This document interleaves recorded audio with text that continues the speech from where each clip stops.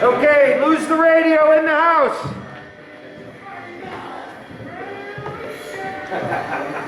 I'm trying to sound just like them.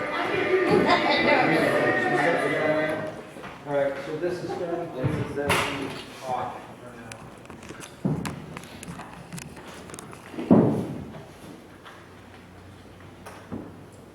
You're live? Cindy, you're good to go. We are live. We're live. I'm sorry, Zoom people, patient Zoom people out there. This is actually starting much sooner than if Nick was actually here in person.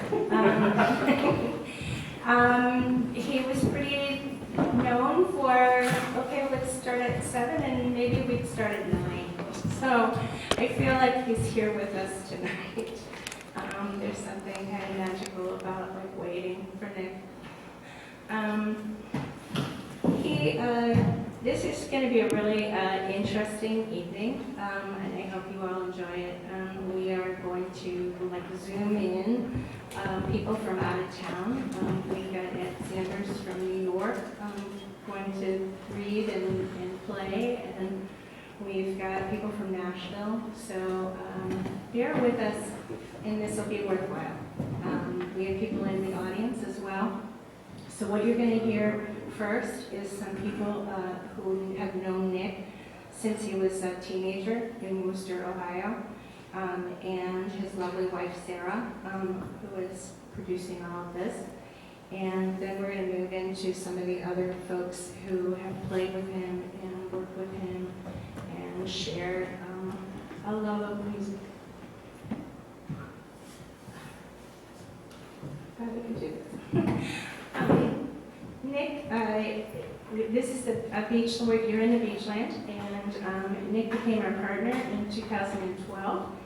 And the reality is that if he had not stepped up, we probably wouldn't have Beachland. The last event that we did here before the COVID shutdown was Nick's annual tribute to Robert Lockwood Jr., which he cared about so deeply, always doing. And he always brought musicians in and made sure that they were paid for their time, and he wanted that to be free and open to the public. And I hope that we can continue to do that in his honor as we go forward. The last thing he did to help us was insist that we put a whole new roof on this building. We didn't quite understand his urgency of that, but he insisted on moving forward, and because of his efforts and his willingness to help with such a gigantic effort, we no longer have leaks in the Beachland Ballroom, which is kind of amazing right now. And we want to thank Nick in his spirit for what he did. And not only did he help the Beachland, he helped so many people. Sarah's just trying to tell me other things that she's uncovered because she's finding little bits of paper and things where he was sending money and checks and helping all kinds of people out there in the world, and he kept that pretty quiet. I know Jerry Stewart's here in the house, and Nick was a big supporter of the Rock Hall. Anything music. I mean, if Nick was here tonight, everybody in this room would get like 3 burned CDs of some strange thing that he was jazzed about. I think the last thing he said to me, he was listening to Sarah Vaughan, and he was, yelling into the phone and going, "You have no idea how much music I listen to. No idea." I think he stayed up for days and days at a time, just finding new records and finding new things that he wanted to explore online. And he is an inspiration to us all. So I want to hand this over now to Mike Bayless, who goes way back to the Worcester days, and you can hear the story kind of unfold over this evening of who Nick was and where he started. So, Mike.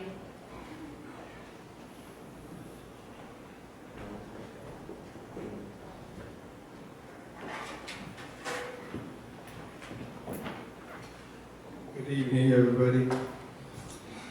My name is Mike Bayless, and I am a Nickaholic. And I know there's a lot of Nickaholics in the house tonight. I just wanted to let you know that I'm just going to fly by the seat of my pants like a Nick session. I've been a friend of Nick's since the 60s, and I started playing music with him in about 1971. A project he called Harry's Hot Jewels. We recorded at Oberlin College. One of his best friends, Andy Axelrod, recorded the session, and we made $17 a day working for Nick. And it was wonderful. He pushed us hard. I was the only musician in the band that wasn't going to Oberlin College, but he squeezed me in there, you know. And it was wonderful times. I have the most tenure of all the musicians that work with him, the God Nick son. I like to lord it over them as much as possible. And but it's a wonderful thing to know Nick. Wonderful thing. I've had him in my life, and I'm not gonna get emotional, you know. But I want to read a song that I wrote that we're going to play today, and I still have to read it because I wrote the lyrics and I haven't memorized them yet. And what I would say about that is that artists, if you're a musician, your strong suit isn't speaking, it's finding a way to express something in a song. It's hard to do words without a melody. So anyway, I wrote a song for Nick called Don't Let Up. Don't Let Up was a phrase that he used to make us mush like sled dogs in the wee hours of the morning. But it also was a positive thing about to just push, you know, like, hey, we're making music, don't let up. And he said it many times, more than he ever knew he said it. But Nate Lockwood kept a tally for a while, you know, and I think he ran out of paper because Nate has listened to decades worth of Nick's music and helped mixing down that music and digitizing it. So to me, I'm not as gifted at speaking, but I can condense something into a song. So I'm trying not to get emotional, but don't let it. You heard the song maybe today. Who's the man with the crown of a Rasta, mighty dreadlock running down his back? Hears the music and his heart beats faster, like a prophet was dressed in black.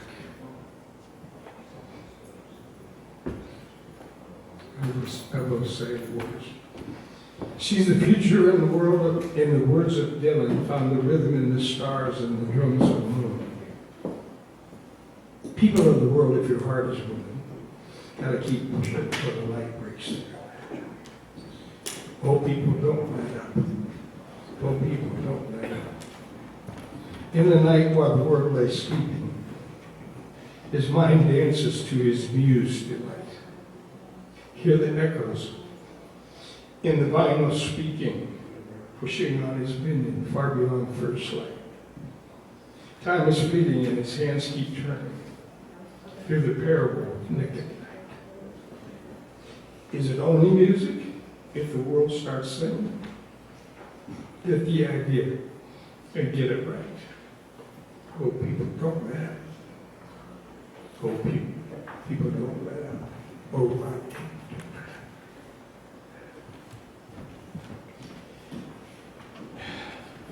Through the music and the bridges. Through the music, see the world getting through the music, see the road getting wider, like a river running to the sea. Through the valley of the snake and the spider that bit Nick in Kingston. not the big divot on the side. Excuse me.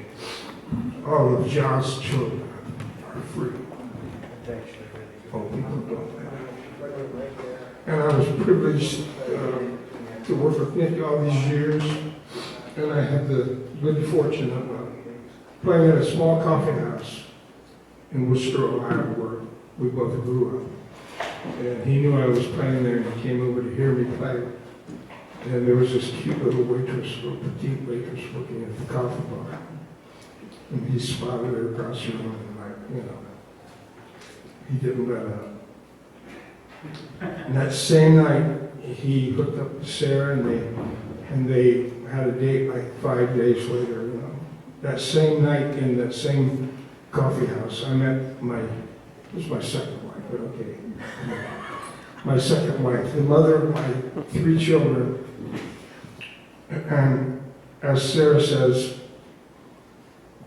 Connie and I probably spent the next 3 days in a motel where she and Nick waited 5 days to date. By the time Connie and I were married and had 3 children and were divorced, then they got married. They're just, a little slower. And of that marriage, like I say, I have 3 magnificent children, which is kind of like being in a car accident and surviving, and then waking up and they say, hey, you almost died, but as a consolation, here's 3 magnificent children. And, I'd sign up for that again. But I had the privilege of being there and part of the catalyst for why they met. And I think they'd have met anyway, but they've had a long and wonderful marriage. And I didn't, but, I got the kids. But anyway, it's been a real delight and pleasure to know Nick on multiple levels. He was as pleasant as he could be, sour sometimes. He called me the gamut of the names from when he liked what I was playing and he was showing me off as a guitar player. I was ace. We took a trip together and I fell asleep in the passenger seat. And he was driving, and we were already exhausted, driving down this dusty road. And I dreamed that he fell asleep at the wheel, and I reached over and grabbed the wheel to try and save us, almost killing us by grabbing the wheel. My name was Balas, not Mike Balas. Balas. But when I was a guitar player, I was an ace. And he loved to tell the story of it. And I said, fucking Balas, man. We're driving down this road, I'm exhausted. He's asleep in the passenger seat. Dusk, we've been driving for days, we haven't been able to get sleep. He falls asleep, he reaches over and grabs the wheel. I'm like, hey, lass, quit it, and he wrestles it. And he said, and then he did it again.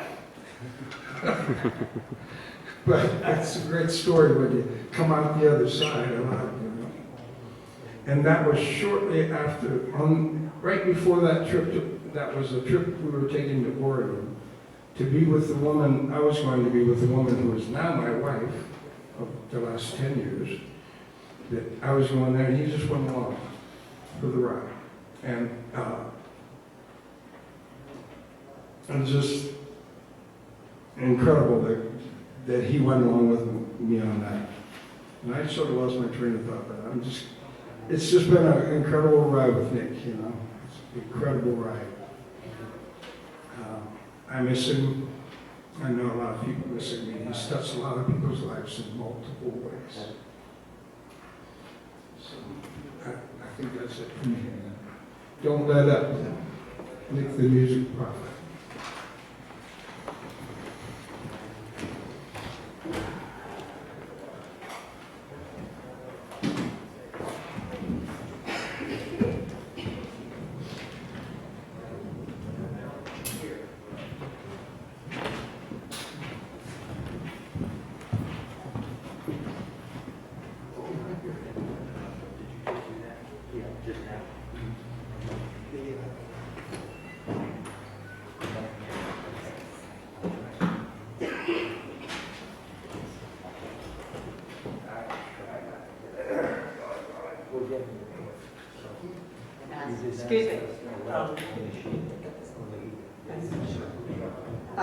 Can you hear me?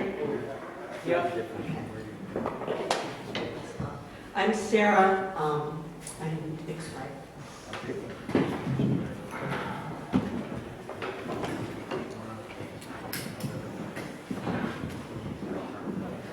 Oh, Nick.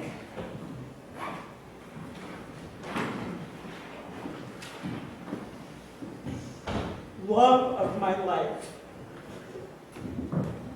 I had no idea over 41 years ago what I was getting into, but I knew it was something big.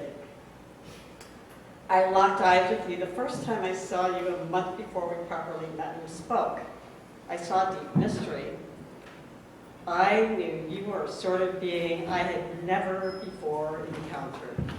I don't know that I've ever been so curious about a person. And you didn't even have the hairy thread back then. And then, thank you, Mike Bayless, you came back the next month, and we really met. Wow. I had never seen a movie for real before I met you. Not that I had never been to the movies, but I hadn't seen a movie for real. I hadn't known that movies were art. The first three you took me to, each so radically different from the other, blew my mind and startled me into a new awareness. Pinocchio as our third date in that beautiful old Worcester theater amazed me after the frightening, painful, adult sort of beauty we saw in the first two. Here was this seasoned 30-year-old man, I was only 22, clamoring to see a children's Disney classic. How could I possibly resist? Endlessly complicated, yet utterly pure in priority, that was you, a lifer. It had to be art. It had to be music. Always carrying a bag of CDs to share with others at the Beachland or Cinematheque or just about anywhere else. Your car trunk full of music in case you met someone who needed exactly what you could offer. Up until your last hour of life, still urgently spreading the message of music. You were a missionary for the saving power of music, down to the end.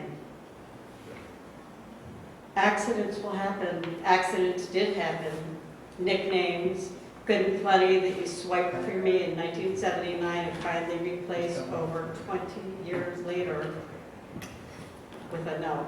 Better late than never. Who would remember that?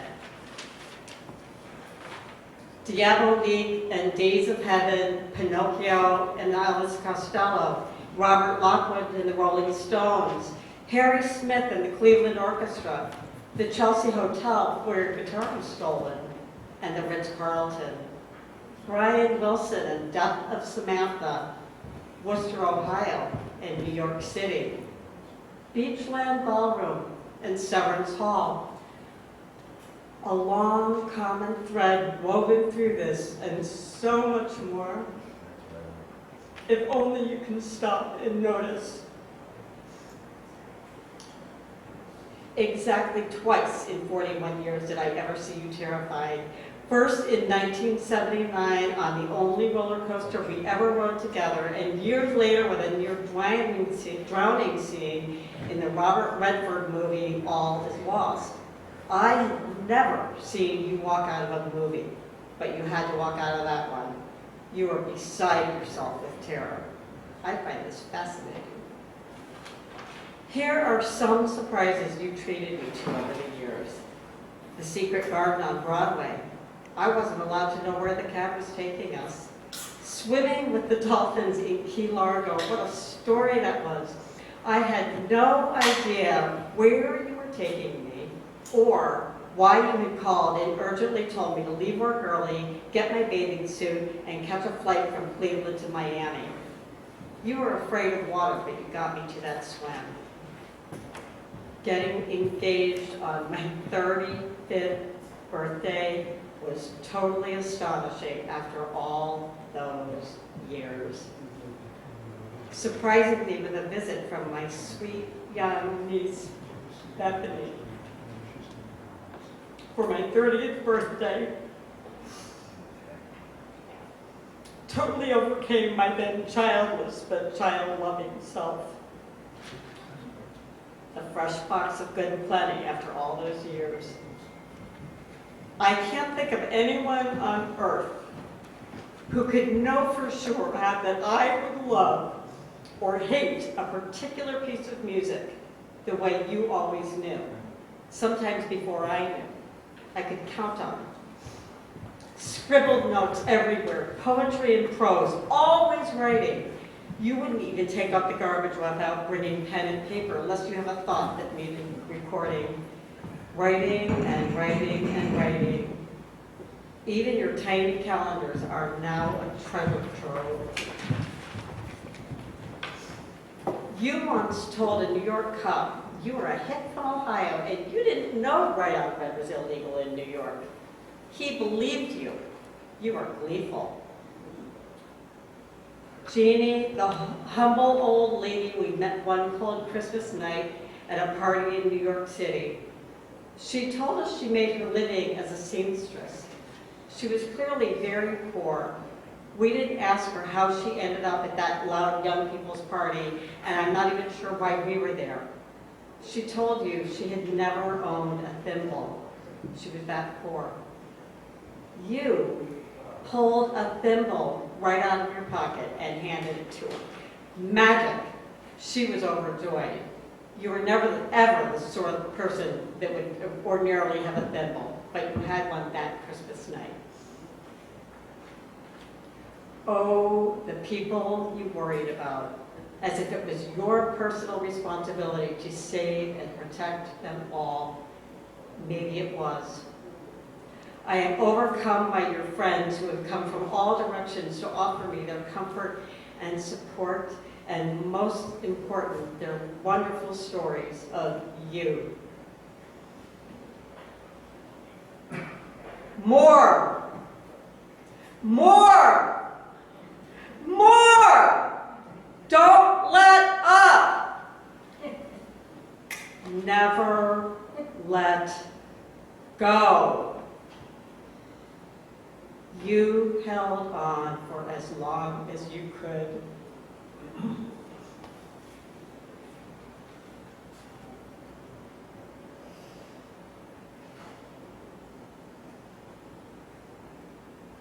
I miss you more than words can say.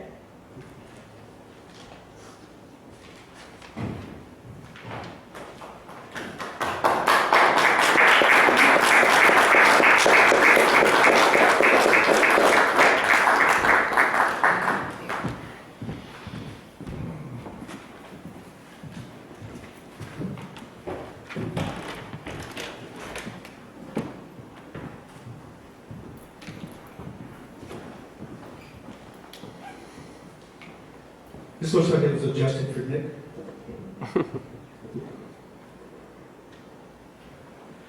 Jarvide! That would be me. That's how he would always greet me, is it was a good Jarvide. I'm non-Jarvis, by the way. And the first question I would have is, whose idea was it to put me on after Bayless Sarah? This is not an easy slot to fill, I'm here to tell you.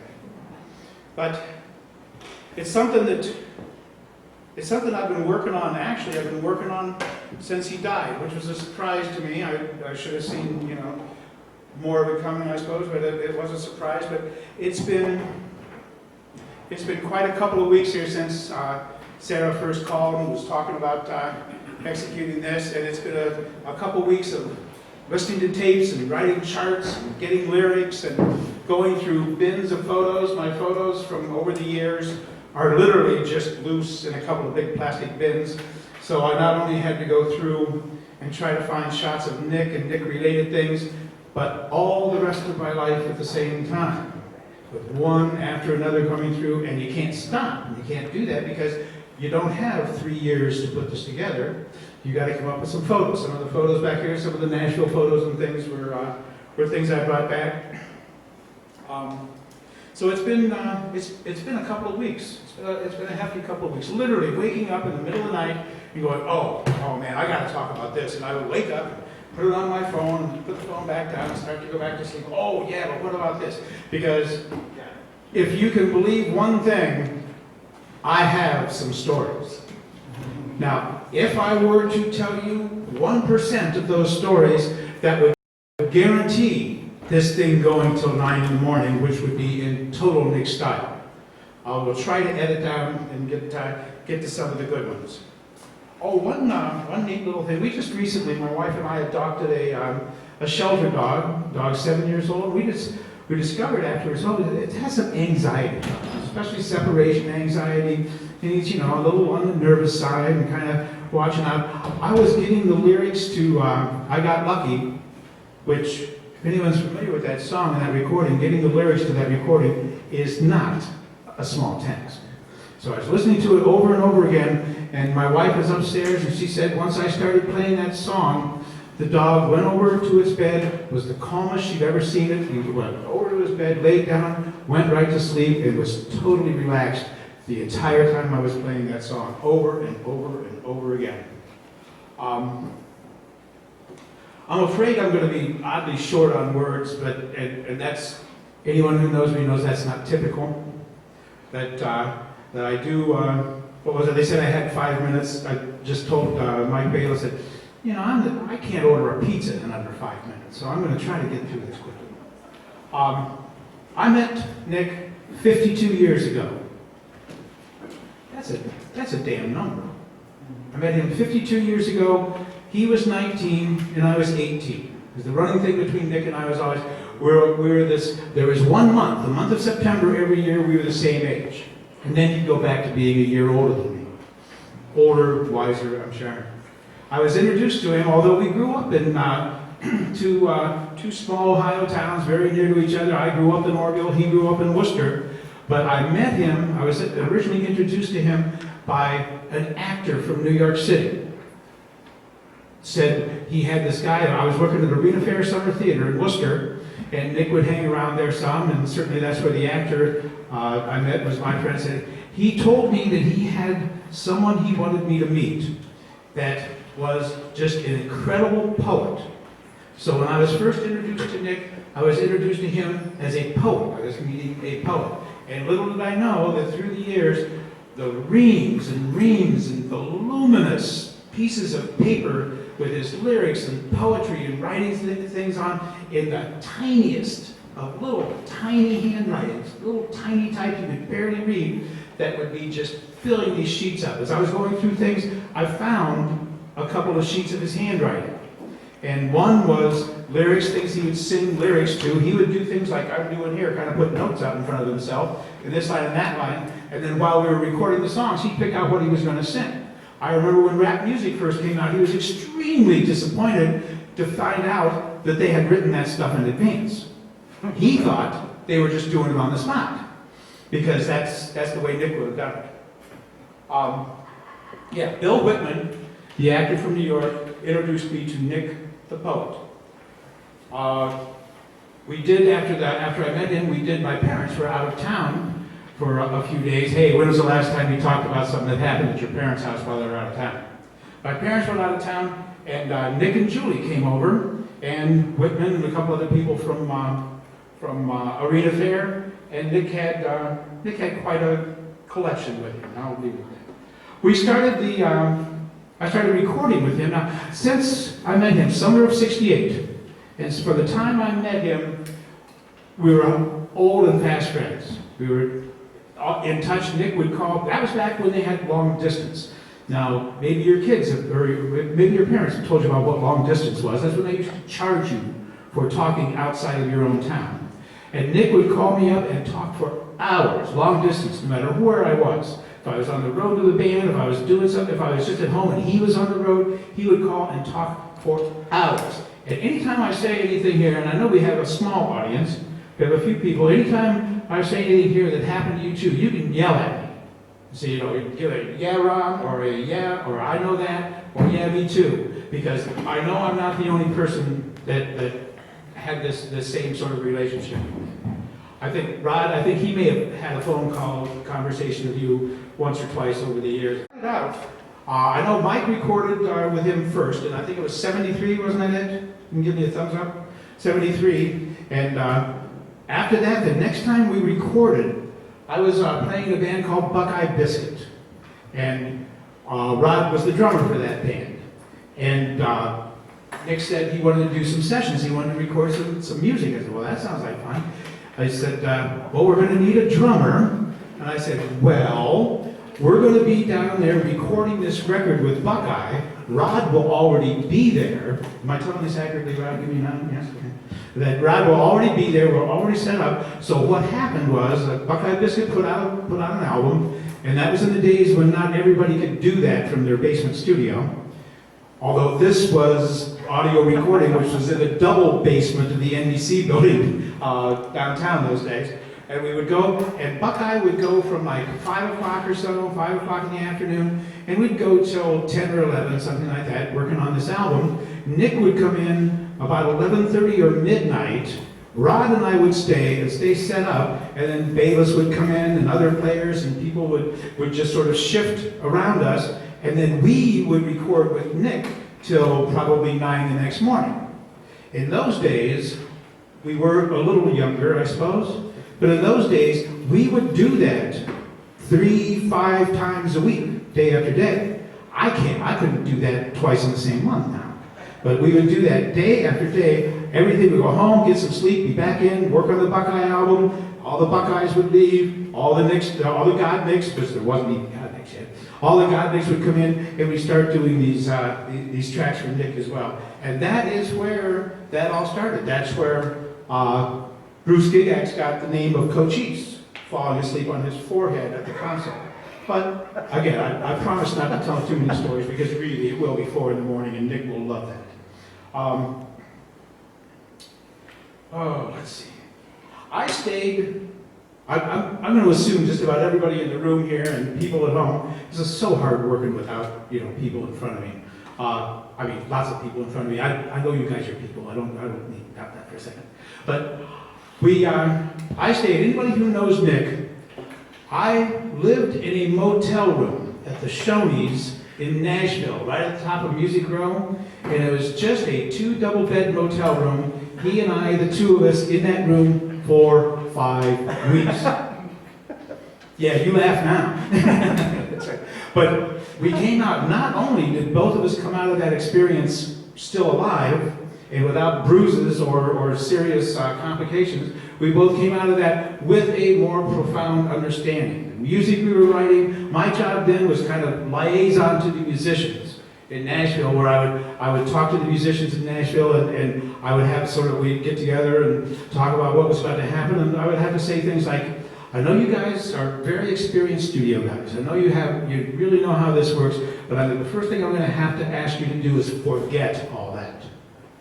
And for biggest example was, if you're playing in the band, you're backing up a singer, the band is rocking, the band's killing, and it's really cranking, and then the singer stops, and you drop back a little bit. You pull down and give the singer some, and then you swell back up again for the solos and drop down. I said, the first thing you have to understand is, when Nick starts to sing, you do not let up. You keep playing, because he would get so frustrated. He'd be in the booth and singing, and the band would be killing. The band would be just driving, just rocking like crazy. Ken Coomer and Hal Newman and Lindsey Williams and all these people would be cranking and cranking and cranking. Nick would start to sing, and everybody would give him some space, which is the automatic go-to thing to do. Everybody would give him some space, and they would, don't let up when I sing. Why do you always do that? I start to sing and you guys quit playing. Don't let up when I sing. Because the worst thing you could do, like the song that Bayless quoted to you, the worst thing you could do was let up. You keep it on 11. You keep it on 11 constantly. No matter what else is going on, you let him have it. Yeah, that motel room was interesting. I don't know if anybody's ever been to Nashville. At the very top of Music Row is all those tourist spots, all those gift shops and things like that. Nick used to say, we were on that side of the Shoney's, and he would open the door and say, you're in a room that opens straight into one of the tackiest areas on the entire planet Earth. And I was supposed to appreciate that. I went, yeah, that's some tacky shit. They're doing that.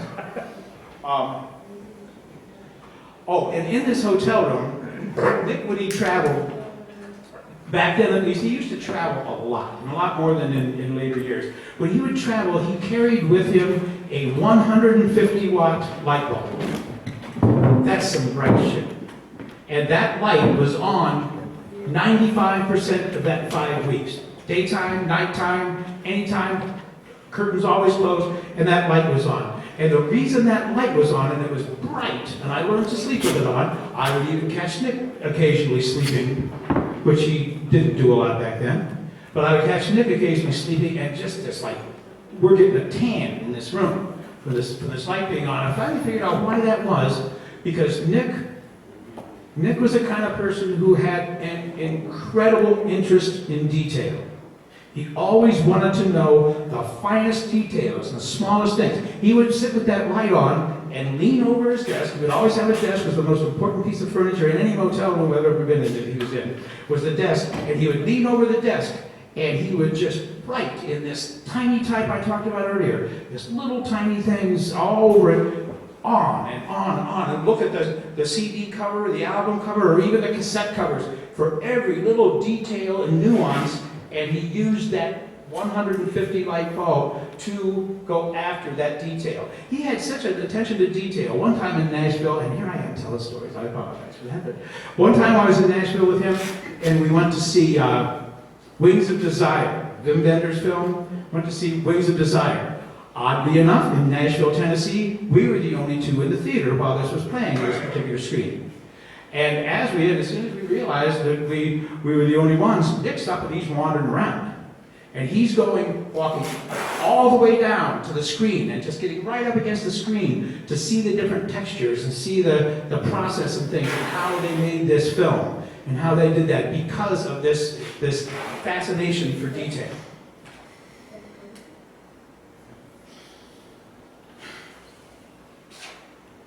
Talking to him. Everybody's trying to tell Nick a story, trying to tell you about something, and what do you get? You get, wait, no, stop, wait. What? He said, what now? When did he did? And then what? He would slow you down and get every single small detail out of you about whatever it was you were trying to tell him about. Whatever it was you were trying to explain, he needed to know every tiny little detail about whatever it was that he was experiencing in any way.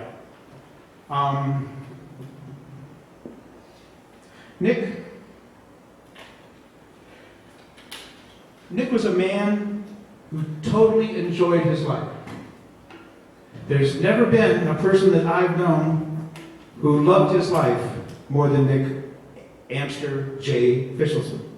He had a fascination with people's middle names, too. And he would be sure and have your middle name. He would know everyone's middle name, and that maybe it's because he had done it too. But he totally enjoyed his life.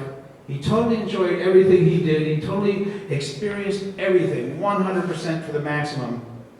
And I got to tell you, I guess the one thing I would have to say about Nick and me and Nick and I over the years and things is, man, I had one hell of a lot of fun with Nick Amster. Did things that I never would have done without him, saw things, met people, heard music, experienced a De Niro opening on Broadway. I experienced performance, art, museums, anything, all these things, all these portions of life. Nick and I had some real fun, and my life would have been totally and completely different without having known him.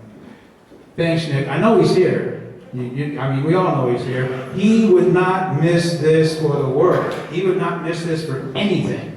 There's an event like this and centered on him. He would never, ever miss this. And you know he's not missing this. Thank you.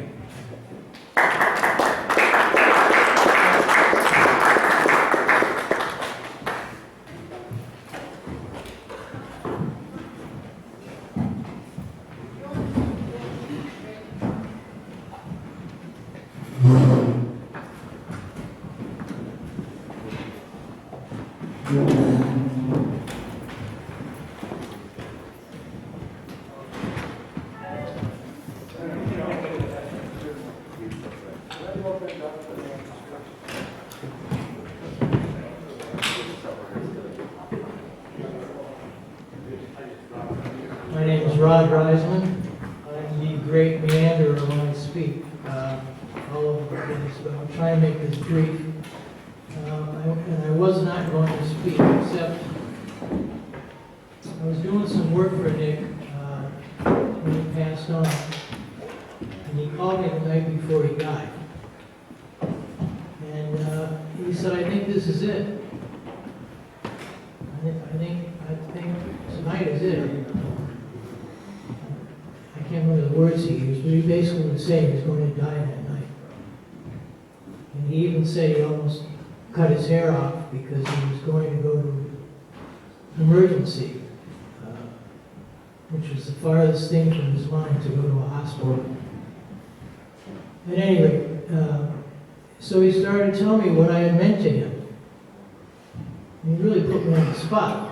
He said some very nice things, and then he said, "Well, isn't there anything you want to say to me?" And I was really on the spot.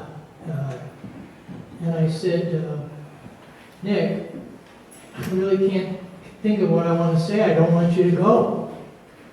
All I can think of right now is I really don't want you to die." So that's the reason I'm speaking tonight, is because since he made me in this room, I would like to say some things I didn't get to say then. The main thing is that everyone should have a friend like Nick Amster. Everybody should have a friend like Nick Amster. People already mentioned when he would show up in this bar, he'd hand you a CD for no reason at all, except that he wanted to spread the music around. It might be something he had been working on with Nate Lockwood, new mixes. It might be a Wilson Pickett record from '67. It might be the Tempting Temptations. Could have been anything, but he wanted to spread the music around. That was number one. Well, that and his family. Sarah and his 2 kids. And he loved this bar. He loved this music venue. It was very important to him. But he had a lot of friends. Dave Atkins mentioned to me about sitting in the car after hours with him, which I had done too. He wanted to play the latest mixes. Maybe something he wasn't ready to give out. But he wanted us to hear these things.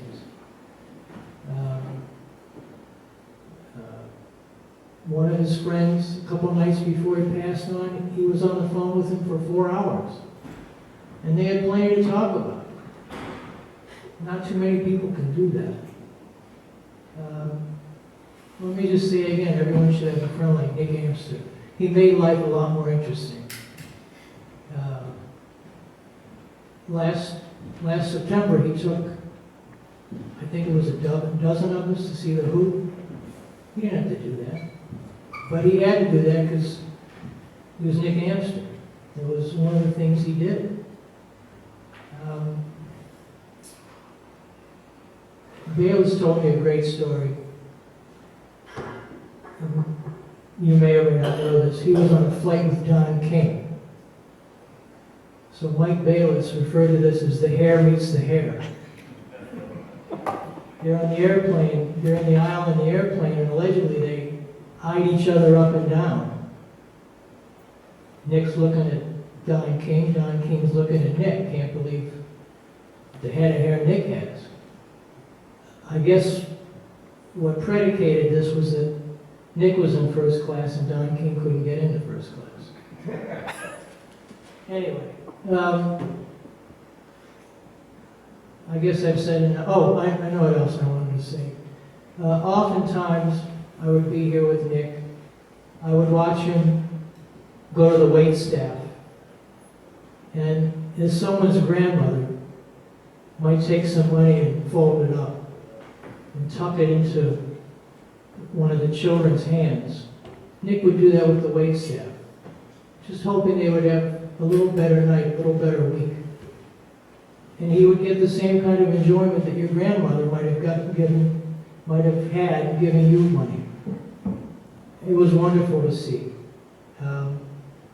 Anyway, I've rambled on enough.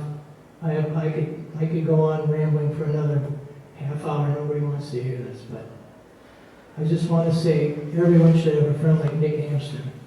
And I wish he had written the book. I wish he had put out the CD he was getting ready to release. And I wish you were here tonight. But thank everybody for coming and contributing to this. It was a wonderful day.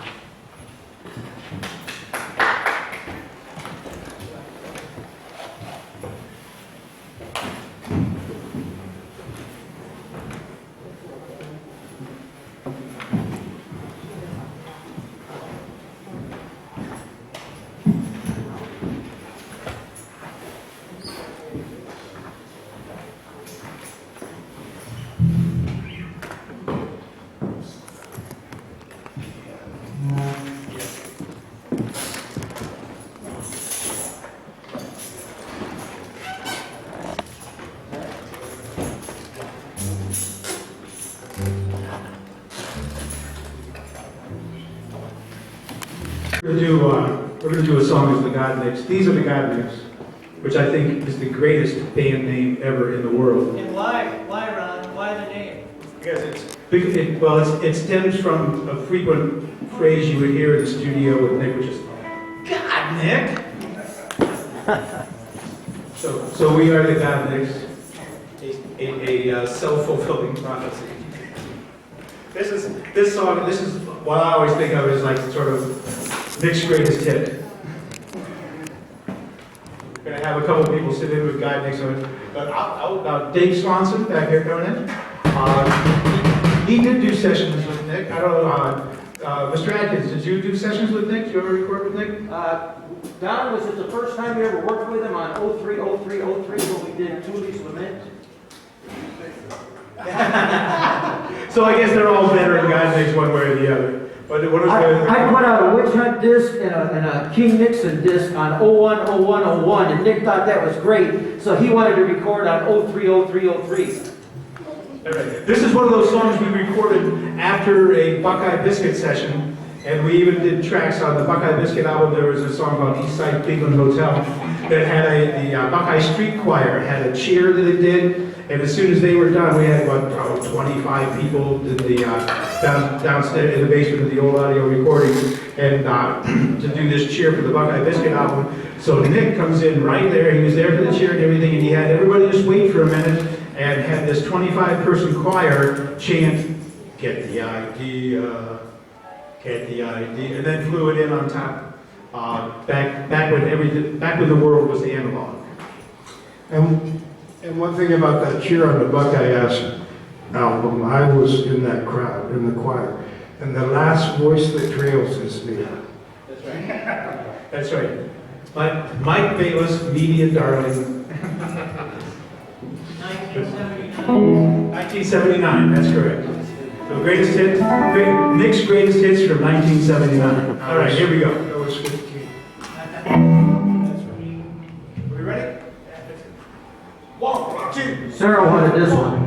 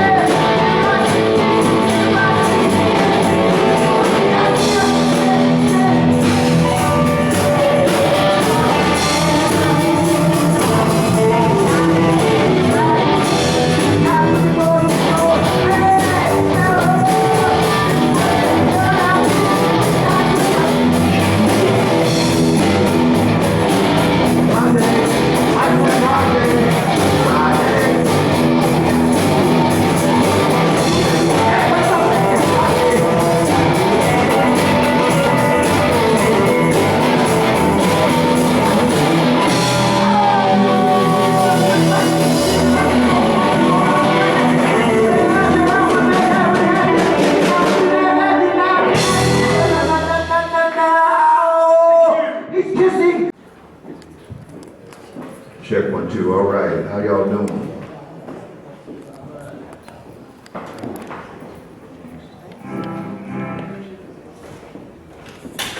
We'd like to dedicate these next numbers to Mr. Amster and also Mr. Young, Mr. Kenneth Young, who passed away a week and a half ago.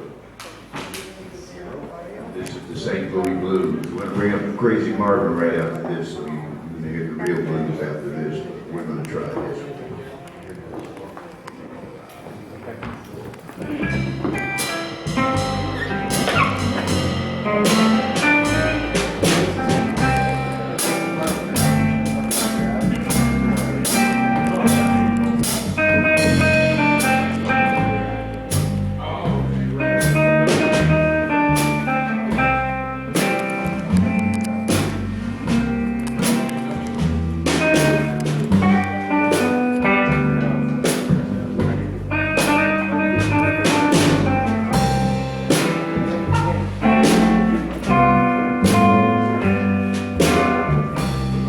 I hate to see that evening sun go down.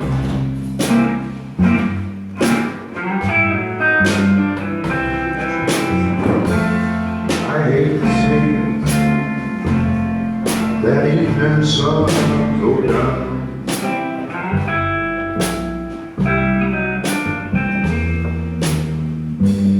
Lord, because my woman, she ain't nowhere around.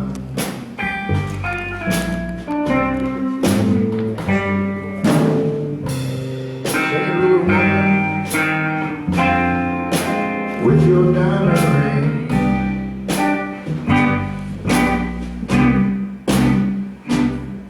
Lord, you lead that man around by his apron string.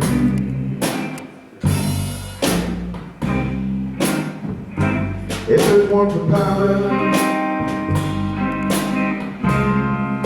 and for store-bought hair,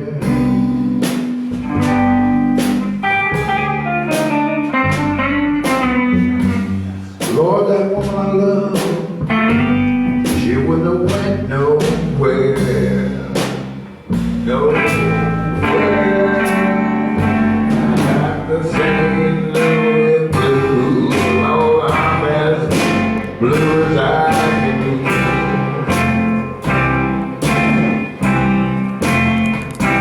Yeah, my woman got a heart like a rock cast out to sea.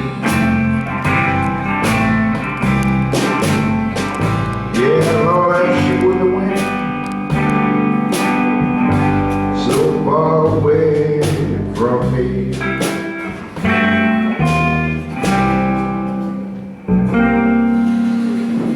How about for the band, ladies and gentlemen?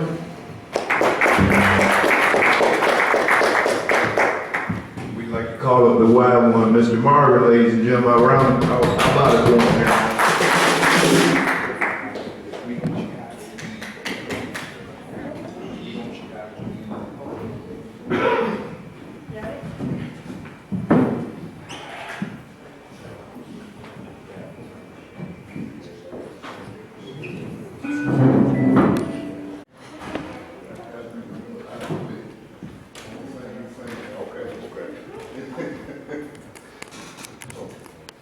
All right, ladies and gentlemen.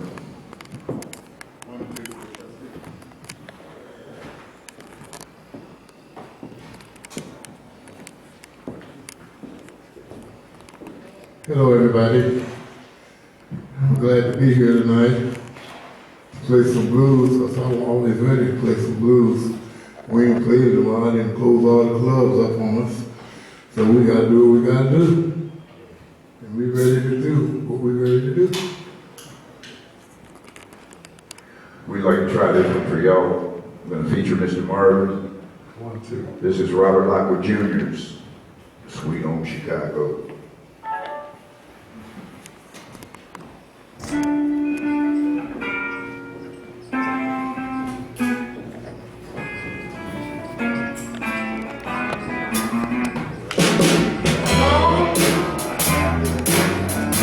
Honey, don't you want to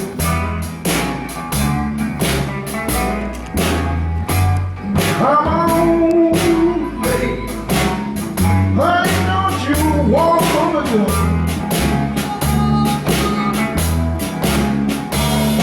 Atlanta, California, baby, I'm talking about my sweet home Chicago.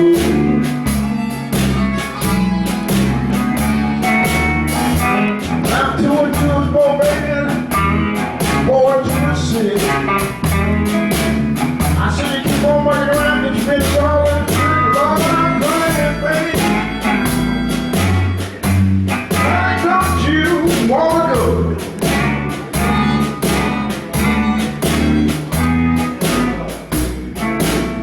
to that same old place, my sweet home Chicago?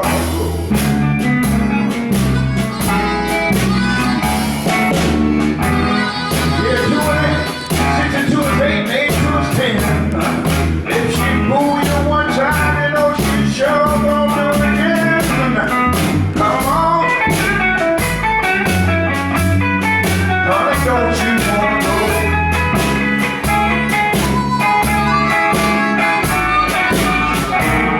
To that same old place, my sweet home Chicago.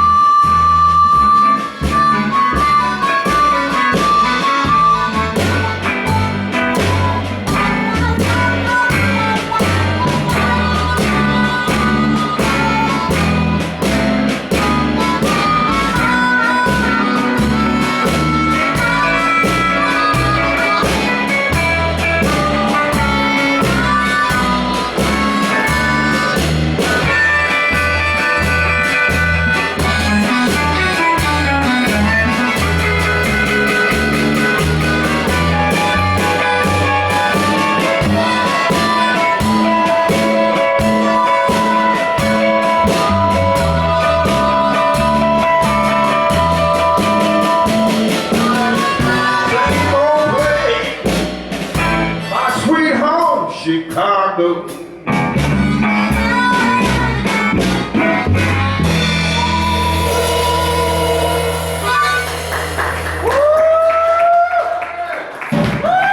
Crazy Marvin, baby.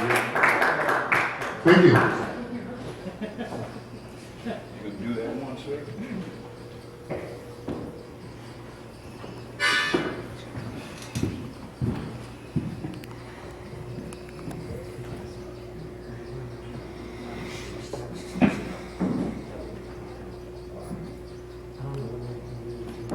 King. Mr. Robert actually helped Mr. King on this one. This is 1961, the hideaway cut down in Cincinnati, Ohio, King Records. Federal record, sorry.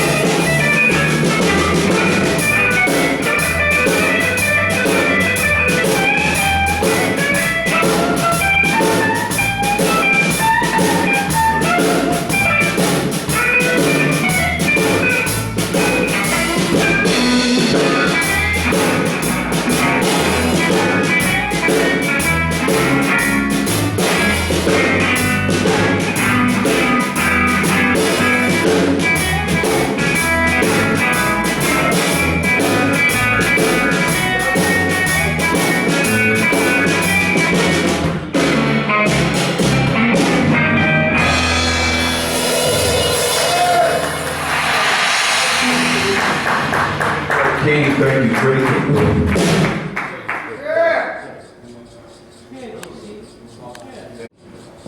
Good evening. I'm Terry Stewart, former president of the Rock and Roll Hall of Fame. And I'm just going to be real brief, and it's an honor for me to be here. And it's a Latin phrase, sui generis. And it means one of a kind. And some people have said it all right, but it's already tonight. But if you knew Nick, you knew there wasn't anybody else like him anywhere, anytime, and he really was that unique person. He was a musician, a musicologist, and a benefactor, and a great, great guy with a huge heart. He played with some of the well-known musicians of our time. He became a self-taught musicologist, and the CDs we've already talked about, but all of us are lucky enough to have a number of them in our collection. Benefactor. Some folks have talked about that, and I'm sure I don't know the range of what he did for the people that he did it for, but I met him because he was, as Cindy said, a big, big supporter of the Rock and Roll Hall of Fame. He was always there for the shows, and he encouraged me in a lot of the pursuit of things that we wanted to do, and he supported us financially. It was really, really important. He was that one person that was always proselytizing and trying to convince everybody all the good work that we were trying to do down at the museum. Robert Lockwood Jr., as I said, so Robert Jr. Lockwood, depending on how you want to call him. A very important individual musically, one that I wish that we could have gotten inducted as a sideman or excellence in music, and maybe it'll still happen one day. Nick knows that I really tried to get that done, but couldn't. But we were lucky enough to have him at the museum a number of times through Nick's assistance. And I was one of those guys lucky enough. There's already been one plane story here, but I've been on a couple of planes with Nick and Robert. And you can only imagine that can turn into a circus right there. The elephant in the room is that always somebody wanted to know, should you buy a seat for your hair? That came up over and over again. He was always very polite and jovial about it. But we took Robert to Los Angeles to play with John Lee Hooker and a bunch of other great guitar players, including Clapton, as part of the Rhythm and Blues Foundation board, which I was on, honoring new stars. And my favorite story that night, as good as Robert was, is that we had a special table and we had to, some of us had to get up because Lauryn Hill showed up. And Nick was the one that had to convince Robert that she was a star and deserved to be sitting at his table. So that, of course, went with only a small amount of an incident, but we got through that. Later on, fortunate enough to get Nick to help us take Robert down to New Orleans to the Ponderosa Stomp, which is a beautiful festival done by Dr. Ike. We had probably our last festival last year, but we honored Swamp and New Orleans and Raj, and Robert was just the hit of the whole weekend. It was just a real honor to have him down there, and Nick was, again, the guy that made it happen. And because of Nick, and there's photos up here behind me tonight, Nick was the one that made it possible for the Rock Hall to acquire Robert's guitar. And I thought it was absolutely critical and essential that the museum have one of his instruments in the museum. He was always a star to me in Cleveland, and a lot of us, but never really got the prominence here that he should have. And as I said, I regret we weren't able to get him inducted yet, and maybe it'll still happen, but Nick worked tirelessly for that, and he was just a great, great part of that effort. We haven't talked much tonight, and I can't say a lot about it, but the 1967 project was one of a kind again. And the t-shirts are here. And anybody knows it, they know I have hundreds of thousands of records. And damn it, Nick would show up at the museum for some show with a shopping bag full of albums. And I'd look through them and go, well, fuck. I never saw that before. I've never seen it. Where'd you get it? And then I'd have to go on some crusade to find something I didn't even know existed until he showed up there. So it was one of those joys, and it meant that every time I saw him, I'd say, okay, just take 15 minutes. Tell me what you listened to today. and what did you write about it? Because I always really wanted to see notes that you took down. I never did, of course, but it was a very special thing in my life to talk to Nick about music. On a personal basis, I've been working outside of Cleveland for the last 6 or 7 years, and I haven't seen Nick much, usually here at the club more than anything else. And I missed him, but you know how when you lose somebody out of your life, you say, boy, I wish I had spent more time, and that's what I'm feeling tonight. I wish I could have spent more time with him. But I will tell you that we had one glorious night at my house where he came over, not early, he came over later, as you might imagine. And you can't play all my records in one night, but damn it, we tried. I forget, we ran out of Jameson's, we ran out of, I had all sorts of things we drank, and we stayed up till 5 in the morning, mainly playing vocal groups, rockabilly, and blues. And I just wanted to say that I miss you, brother. You're a great man with a big heart. Anybody that knows you that. But before I leave, I thought besides all the good music we got here tonight, I couldn't have him here. Nick and I were going to do something together that we never got around to. One of his favorite artists and favorite groups, vocal groups, was the Heart Tones out of New York City. Not a group that's well known throughout the United States except for collectors. Nick wanted to bring them here and record them and have them re-record some of their hits and some new material. So, and just parting to saying, I miss you, brother, love you, and I want to leave you guys with a little bit of the Heart Tones singing a song that's very appropriate tonight called Life is But a Dream. Will you take part in my life, my love? That is my dream. Life is but a dream. It's what you make it. Always try to give. Don't ever take it. Life has its music. Life has its songs of love.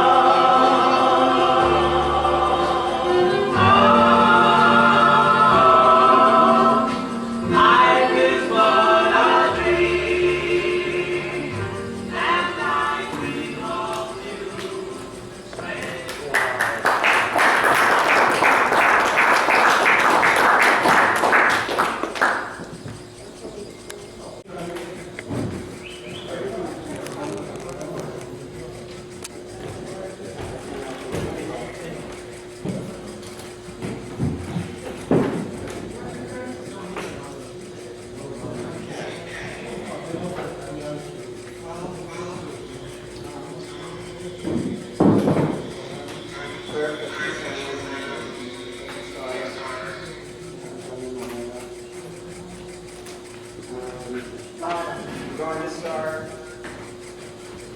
I'm going to start with something that he always wanted, said at his funeral.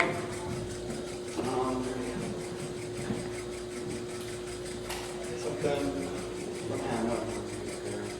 And it goes, my father. He thinks I see my father. Where, my lord? In my mind's eye, Horatio. I saw him once. It was a good weekend.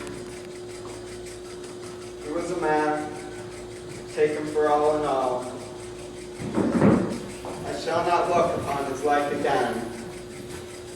And as he would say, boy, ain't that the truth.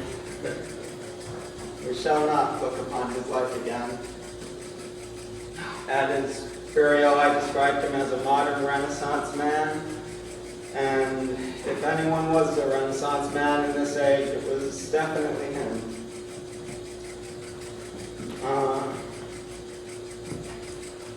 I would have memorized this if I had had the chance. I thought I was going to have a teleprompter and everything set up, but my hair is all a mess, but I guess that's appropriate. You ever had the windows down? So, I'm going to open this with a quote from one of my father's favorite books, probably his favorite science fiction book of all time, Dune by Frank Herbert. There is probably no more terrible instant of enlightenment than the one in which you discover your father is a man with human flesh.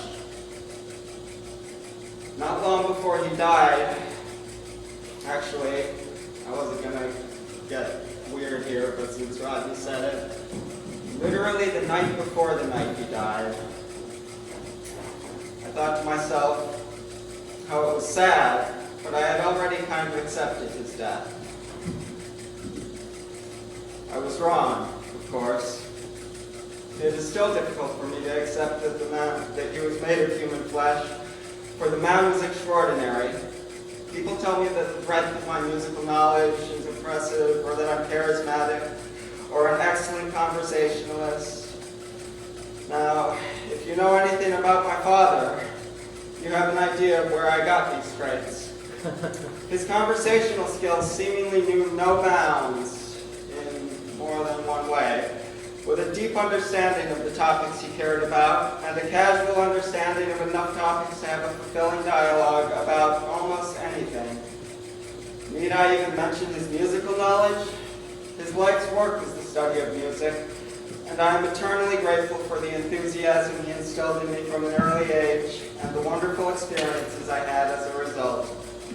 He helped nurture my love of books, reading me The Hobbit as a bedtime story when I was too young to know what half of the words meant. He was even responsible for my most beloved hobby, magic tricks. I remember when he showed me my first bit of sleight of hand, and the fascination I felt when he showed me how it was done, leading to yet another passion of mine for which he was accountable. I tried to come up with better words to describe his fervor, but all I wrote was inadequate. He was inimitable, with seemingly endless passion, not only for music, but for the arts in general.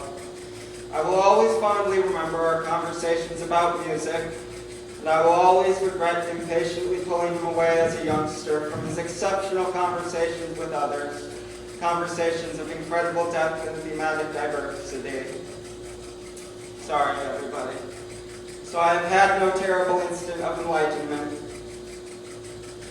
only a slowly advancing realization that his remarkable mind is truly gone, and perhaps he was somehow comprised of human flesh after all.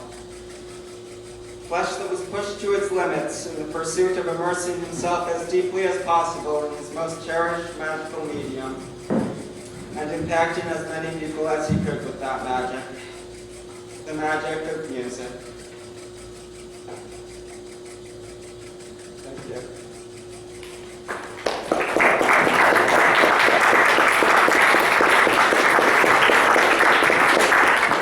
And that mediocre grade I told you about, and told me to study harder just before you died, it turns out they were grading on a curve. It's 100.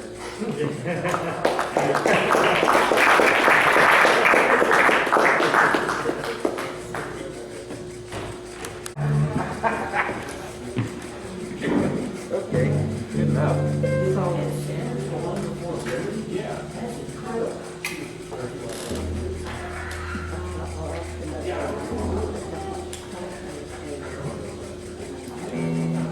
See if we can figure out, because I'm downloading them all. Well, we're going to do another song right now. We recorded, originally I think we recorded this in 1992, and then he put some other vocals on it and things. It's something that I never thought I was going to end up doing, was singing a Nick Amster song. But we're going to do this. This was a song that he wrote for his most beloved Sarah. Right, that's awesome. You want to preview it first?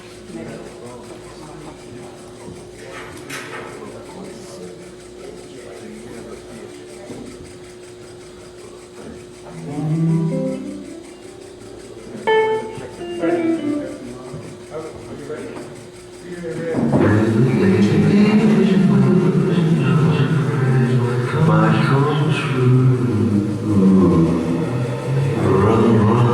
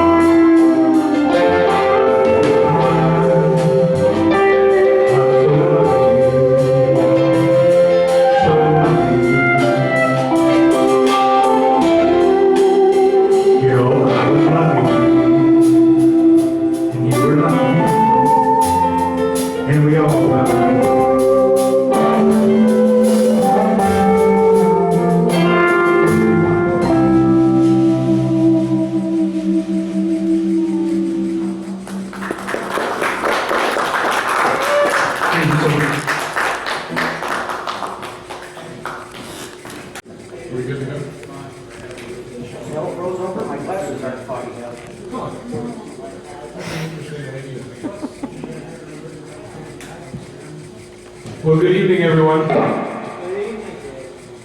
Hopefully it is. Hey, look, someone's calling you.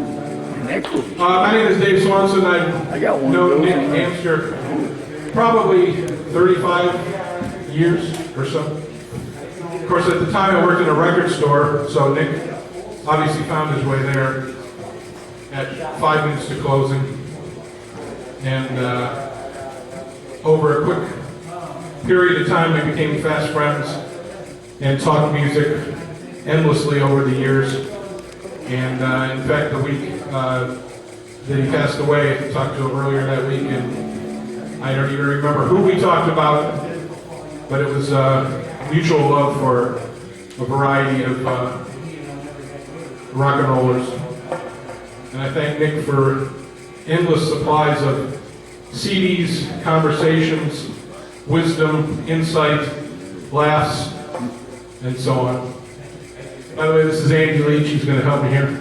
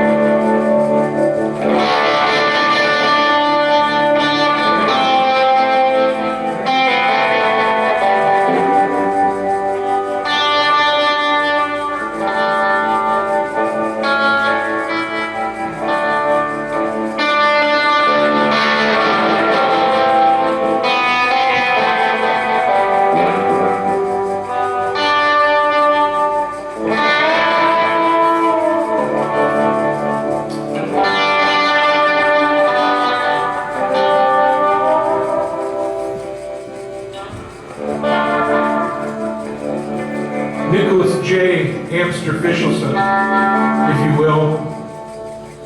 A monumental man, small of stature, large of thrill.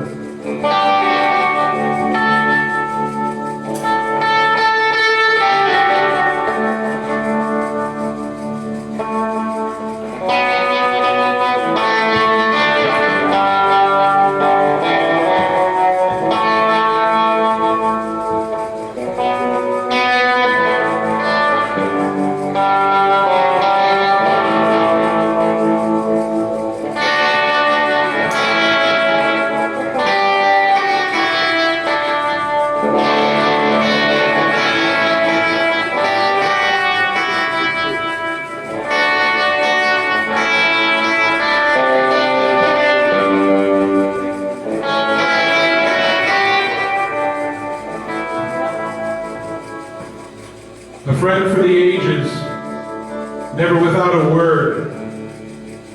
To try and condense him here just seems so absurd.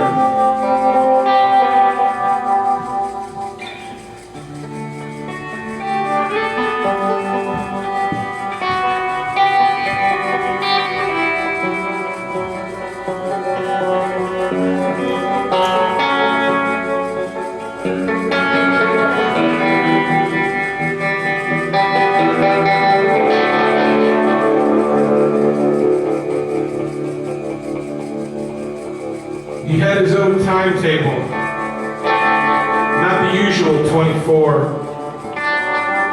At 23:59, he was still wanting more.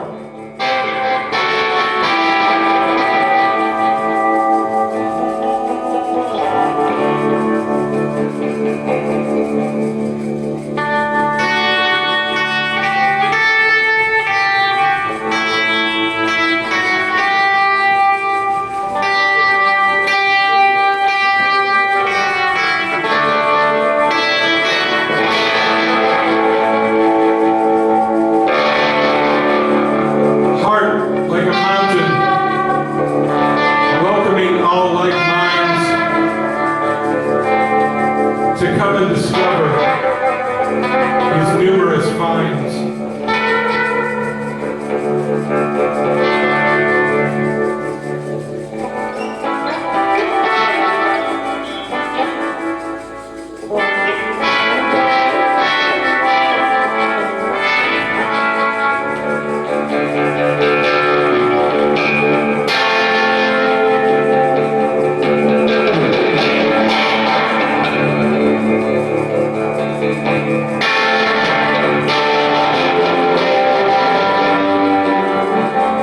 the music did play each night, every day.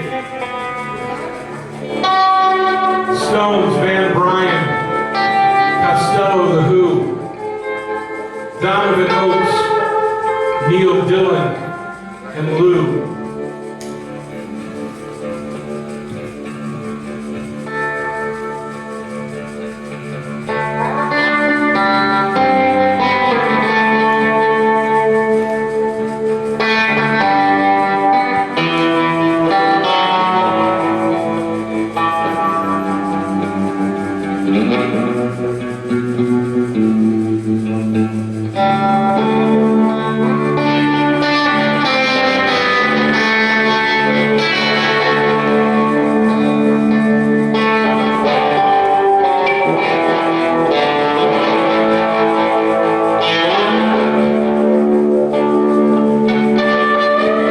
The thing about old friends is you can't get any more. Nick was a presence you couldn't ignore. Films, art, music, and literature, an obsessive dedication, ever so pure.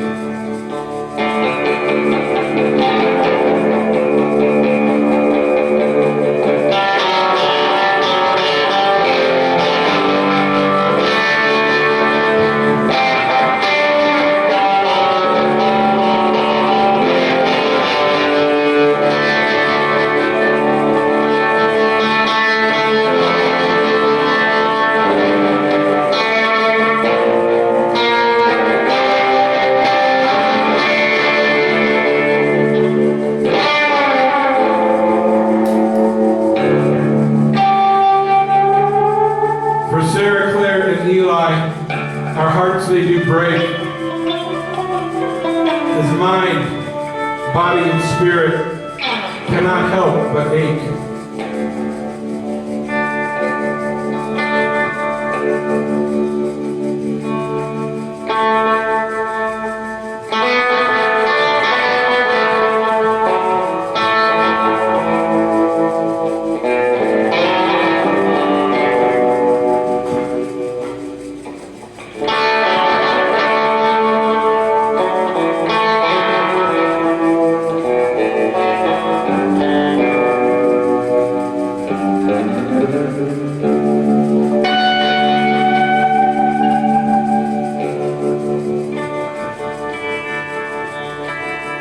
So sail on, sailor,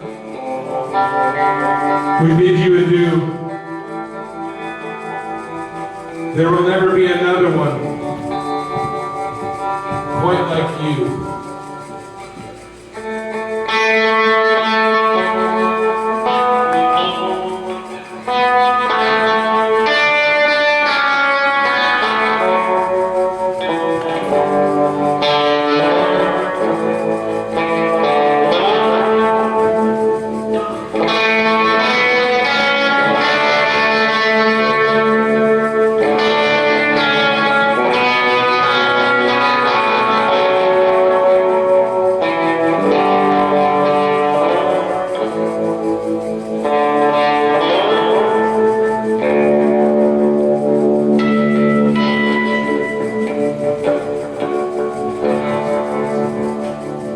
Farewell, old friend.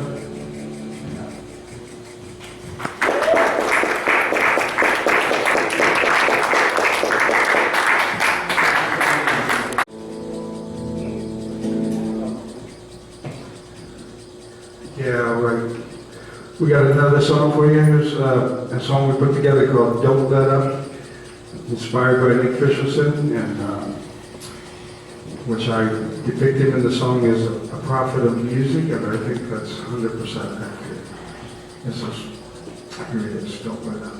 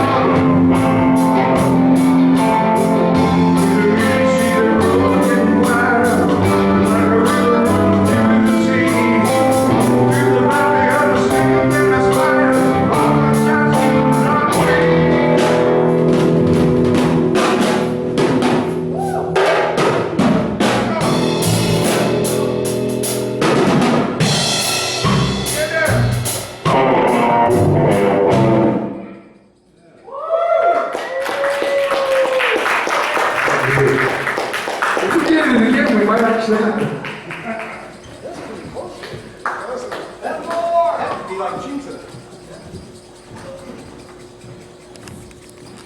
Well, I just wanted to say a couple words in closing. Thank you so much to everybody that came out and helped put this together. All the people that played, people that talked about Nick, people that explained who the man was to them, because he was such an impression on so many people. Everybody that he ever came in contact with, he would leave. Was that? No. That's it. He would. I don't care if you were the server in the restaurant. We had some stories about that tonight. But as much as anything, I think I would like to thank very much all the people that have been with us all night on Zoom. I know you're still out there. Hi, thank you very much. I didn't get much of a chance to see you, but I know you're there. I can hear you breathing. But when you think about it for a second, as to how much, I know I said before, how much the man's life meant to me and how much he affected me. I'm sure I'm not the only one in here with a substantial amount of their record collection, CD collection, cassette tapes, has all kinds of little tiny writing around in the margins that aren't on the released ones. Just think back for a second. How much of your record collection? How much of your recorded? They were children's record collections. Oh no, everybody you know, just in part, but there was so much more. What he did for Mr. Lockwood, what he did for the dog at home that is calming, to calm that thing with the anxiety after he's gone, just playing the music. He taught me that rock and roll is a feeling and not a sophistication. He would call me up on my birthday every year without fail. The fascination to make sure he knew everybody's middle name. He would sing mine as Ronald Allen with a Y, Jarvis. That he would even point out that he not only knew my middle name, but he knew it had an odd spelling to it. I think one of the things that Nick taught us all, anybody that came into contact with him, one of the things he taught us all was the importance of loyalty. And by the way, I had this conversation with Sarah just right before my birthday, and I was out working, and I saw I had a voicemail. I played it back, and Sarah, I will be forever indebted to you for calling and singing me happy birthday on my birthday. That was just absolutely, just made it. Nobody knows about Ginger's Dachshund. Anybody remember Pete the Pig? Anybody remember? Guinea pig, not pig. Guinea pig, yeah, but he always called him Pete the Pig. But it was, yeah, he was a pet guinea pig. But because of him, I went to Highway 61. I had met so many people, made so many friends, did so much with him, and I think if we just all take a second, if you're out there on Zoom, if you're here in the room with me, if you're helping put this on, everybody that made this possible, what sort of profound effect the man has had on your life all this time, and we can be nothing but grateful to him, and nothing but grateful for this opportunity to do this tonight. He had a favorite song. I think we must have recorded this song 3 times. But he had a favorite song. He was always a big fan of Al Jolson and that early music and things. And I just want to quote part of this song that I know Nick just loved, and it seems appropriate here.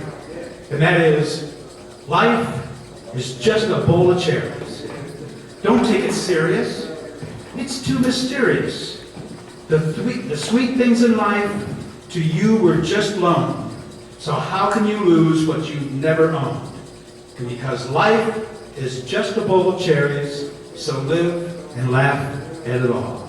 Thank you very much, everybody. Good night to you. Thanks for being around for this time. I would like to take this brief moment to do something, a special gift. I have a nephew who's a very talented artist, Nick Doherty. So from Nick to Nick, from my family, Davis family, and from all the contacts, we want to give you this gift. Oh my goodness. Beautiful charcoal. Beautiful. Oh my goodness.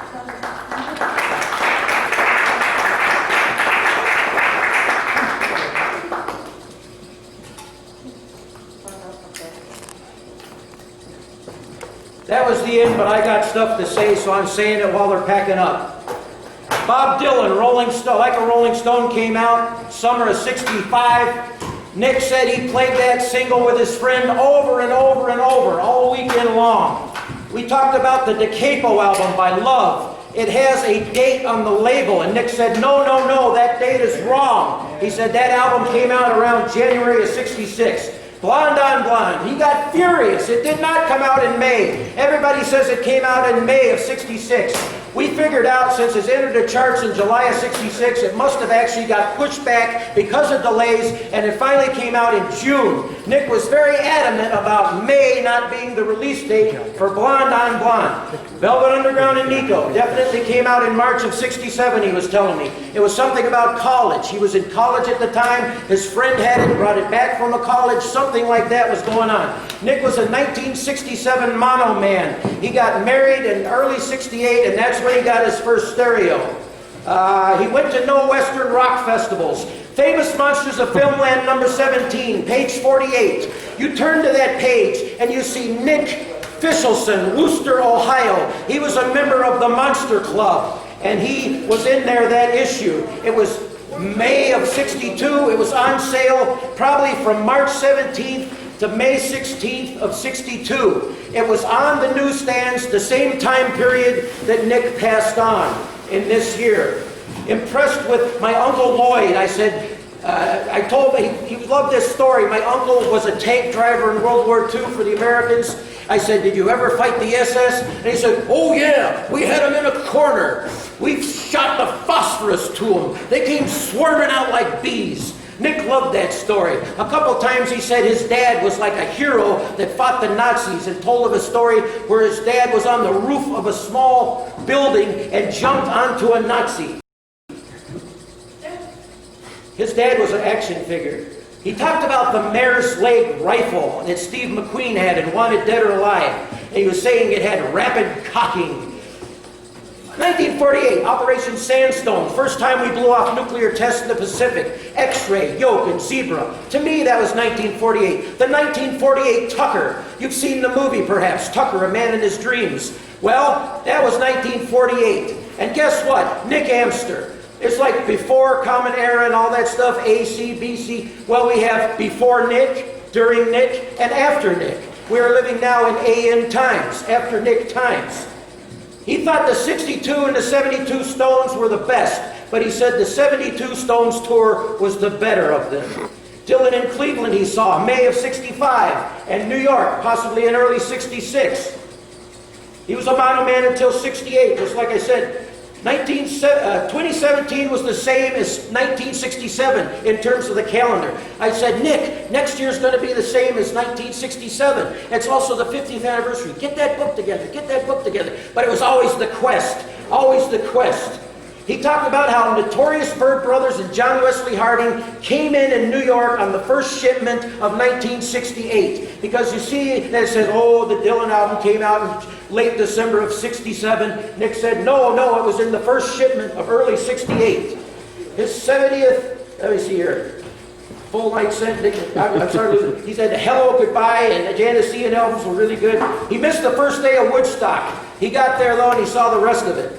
The Saturday night show at Woodstock with Creedence Clearwater Revival, Sly and the Family Stone, The Who, Janis Joplin. He said it was the greatest collection of music he had ever seen in his life. He talks about the sun coming up. You've probably all heard this with Daltrey singing. And of course he saw the Jefferson Airplane play right after that. When we went to the Woodstock film at Independence, there was nobody there. I thought, geez, you hadn't been showing the giant director's cut. It was last summer. Nobody was there, like 10 of us or something, and a couple other people. That's where he told us that Woodstock was so cool, you could have like a place by the tower, and you'd walk away and then come back later, and your place was still there. You could walk on somebody's hand, and they wouldn't give a darn. It was such a cool, mellow vibe. I wanted to tell you, Nick, that Johnny Ace 2 CD set you gave me the disc 1, and it was great, because it had that one great song on it, but the whole darn thing is great, Nick. Follow the Rule. I love that song. As a kid, he had a 6-foot-tall Zachary poster. Zachary was a horror host out of New York City. He appeared on an early issue of Famous Monster. I think Jimmy Zero told me one of the rarest Famous Monsters is an alternate version that has Zachary on the cover with an ad for the New York TV show. Dr. Doom. Is that who it is? Or is it Dr. Strange? Who was his comic guy?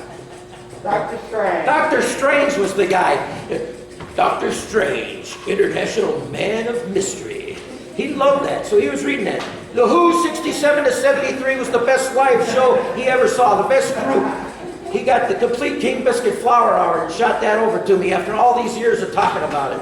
Harry Smith said this to Nick. He said, so, you got it bad. Nick said, what? Oh, you got it bad. Nick said, what do you mean? The record in book disease. Harry Smith. Hey, Harry Smith people, I know you're not seeing this, but what about that Gregory Corso Gasoline that Harry Smith recorded? Me and him talked about the phenomenon of finding something you wanted to find in your vast collection of stuff, and it would mysteriously turn up a week or a month later on top of a pile. That was something that we did. Hot tuna. He didn't go to that hot tuna show. Nick, thank you for the hot tuna show. It was great. Told his band, Del Psychics, Revolvers. Our first single, our last show as the Revolvers was called Del Psychics. It was September 30th, 1982. Our single came out September 30th, 1983. Nick's birthday. Two heads on his 67th birthday, on his 1967 birthday. This single by Jefferson Airplane, Two Heads, it entered the chart on his birthday. The Pyramid, 1967, that was his year. Nick, the number 40 Famous Monsters of Filmland has art by Ron Cobb. Did you know this? The guy that did the cover for Jefferson Airplanes After Bathing at Baxter's. Ron Cobb did a zombie missing an eye on the cover, August 1966. Nick, were you still collecting Famous Monsters at that time? Nick, Dusta Digital's putting out a Harry Smith. Swanson just got the news today. Nick working in Strange Mysteries, the B-sides of Harry Smith. Nick working in Strange Mysteries. Swanson sitting over there. Here's Doug Gillard. Oh, I found a 1988 cassette. It's all these Nick songs, including Anytime, which is probably my favorite song by them. He'd see me at the Cinematheque and he'd go, Atkins, good.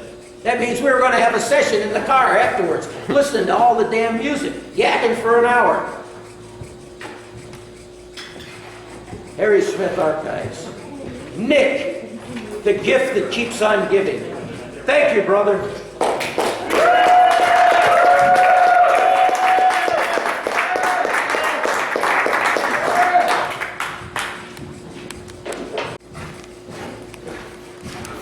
Thank you, everybody, for coming. I hope you watch it. See you all.